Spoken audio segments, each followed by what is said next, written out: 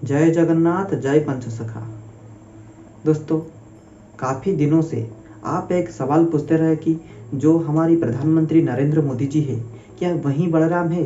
तो इसके बारे में पंचसखा और महापुरुष अच्युतानंद में मालिका में क्या भविष्यवाणी लिखे हैं और आखिरकार कुछ मालिका विशेषज्ञ ऐसा दावा क्यों कर रहे हैं? तो फिर आइए आज का इस वीडियो को शुरू करते हैं। तो शुरू से हम 5 ऐसे पॉइंट्स के बारे में चर्चा करेंगे जो इशारा करता है कि नहीं, हमारी प्राइम मिनिस्टर नरेंद्र मोदी ही बलराम हो सकते हैं और कुछ मालिका विशेषज्ञ ऐसा दावा क्यों कर रहे हैं, और आखिर में इसका दूसरा पॉसिबिलिटी के बारे में भी चर्चा करेंगे। तो फिर आइए वो 5 पॉइंट्स के बारे में जान लेते हैं, जहाँ पर लिखा गया था कि जैसे कि हम जानते हैं कि जो भगवान बलराम होंगे वो शासन करेंगे कलयुग में।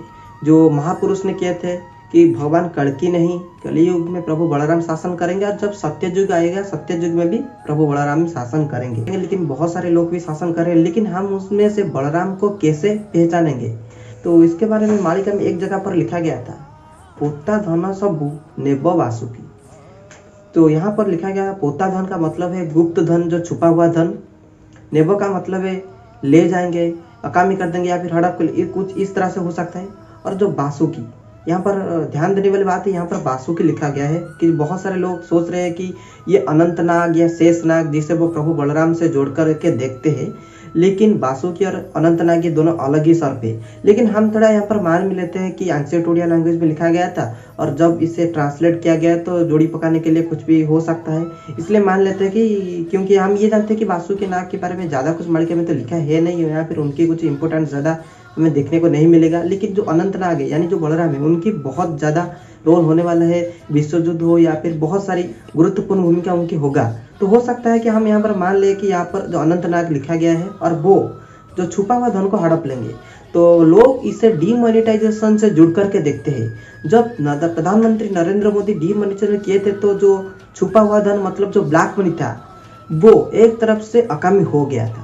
तो इस चीज को वो जोड़ करके देखते, और उनका मानना है कि वही जो शासक थे, जो नरेंद्र मोदी अभी के जी हमारे प्राइम मिनिस्टर, वही बलराम हो सकते हैं। और क्या क्या मालिका में लिखा गया था कि जो प्रभु बलराम शासन करेंगे उनकी विरोध करने वाला कोई नहीं होगा, नौथी में विरोधी का ही।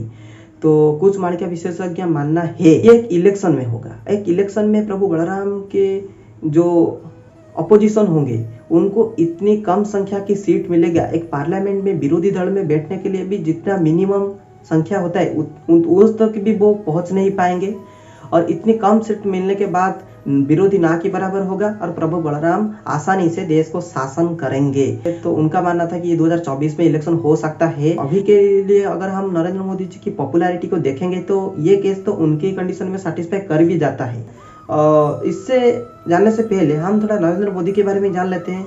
हमारे जो प्राइम मिनिस्टर है वो शाकाहारी है, और उनके पास वो सारी क्षमता और गुण है एक दिव्य पुरुष होने के लिए जो भी चाहिए होता है। लेकिन इसका यह मतलब नहीं कि वो बलराम ही है, चाहे वो कोई भी हो सकते हैं। और उसके बाद मालिका में और क्या लिखा गया था, ये जायपुरी मालिका में लिखा गया था जो प्रभु बलराम के बारे में, बलराम राजा हेबे 108 वर्ष भोग करिबे जाइफुल सत्य से ही पृथ्वी पाड़िए। अर्थात जो बलराम होंगे वो 108 साल तक जिएंगे और सत्य युग में भी वही शासन करेंगे। तो अगर आप नरेंद्र मोदी जी की बात करोगे तो अभी की उम्र भी वो जितना फिट और हेल्दी नजर आते हैं, उनमें से तो अंदाजा लग ही जाता है कि वो 108 साल तक खुशी में जी जाएंगे और वो शासन भी कर पाएंगे सत्य युग में, इसमें कोई संदेह है नहीं। तो ये कंडीशन भी सेटिस्फाई कर जाता है। जो पहले बार जो शासन करेंगे, और दूसरा है पोता धन यानी छुपा हुआ धन जो ब्लैक मनी उसे अकामी करेंगे, और उनकी पर्सनालिटी भी काफी अच्छा है। और चौथा पॉइंट है कि वो 108 साल तक भी जी सकते। और आखिरकार जो 5वां पॉइंट है वो हो गए जो मैं बताया था पिछले एक वीडियो में, प्रभु बलराम के शासन काल में देश में कृषि हानि होगा और जो दर दाम बढ़ जाएगा, महंगा देखने को मिलेगा देश में, और थोड़ा हाहाकार परिस्थिति भी उत्पन्न होगा। इसके कारण प्रभु बलराम नहीं होंगे, इसके कारण कलियुग की प्रभाव ही होगा, जो लोगों के अपनी कर्मों का फल भुगतना पड़ेगा। लेकिन ये बलराम के शासनकाल में होगा। अगर आप अभी की बात करोगे तो हाँ, थोड़ा बहुत इसमें हो रहा है, हो सकता है आने वाले समय पे ये और भी देखने को मिले। तो ये जो भी जितने भी सारे कंडीशन था ये तो सेटिस्फाई हो गया, लेकिन ऐसे भी बहुत सारे चीज है जिससे हमें जानना जरूरी है, क्योंकि मालिका को समझना उतना आसान है नहीं जो इतना दिखता है। तो मालिका में और ज़्यादा पता करने पर आपको ये पता चलेगा कि जो प्रभु बलराम कहाँ पर जन्म होंगे। मैं बताया था जो महापुरुष शिशुअनंत ने लिखे थे, एक जगह पर, एक गोदावरी नदी के पास उनका जन्म होगा। तो अगर आप बात करोगे, प्रधानमंत्री नरेंद्र मोदी का जन्म हुआ था गुजरात में, ये वो गोदावरी नदी के आसपास भी नहीं है।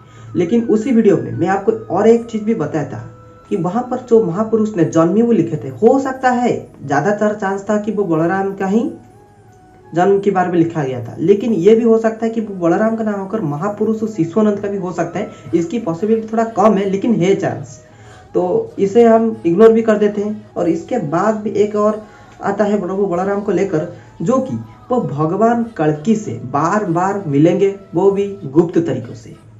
मैं तो अभी तक भी आपको भगवान कल्कि की एड्रेस के बारे में भी नहीं बताया कि प्रभु कल्कि कहाँ पर रह रहे हैं मालिका के अनुसार, लेकिन वो जहाँ पर भी रहे हैं ये काफ़ी मुश्किल हो जाएगा एक प्राइम मिनिस्टर के लिए एक जगह पर बार बार जाने का, और वो भी छुपके से। लेकिन ऐसा पॉसिबल भी हो सकता है।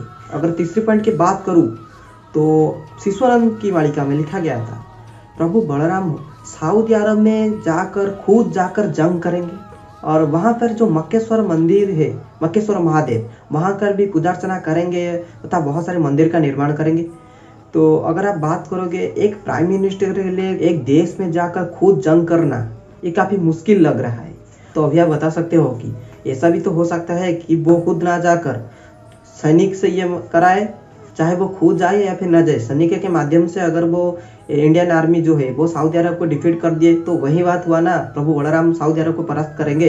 दोस्तों ऐसा हो सकता था, लेकिन मालिका में लिखा गया था वो खुद जाएंगे, मक्केश्वर महादेव के पास जाएंगे, और आखिरकार जब युद्ध का समाप्त हो जाएगा उसके बाद वहां के जो राजा होंगे उनका राज्याभिषेक भी प्रभु बलराम करेंगे, और वापस आकर प्रभु कल्कि को सारी बात बताएंगे।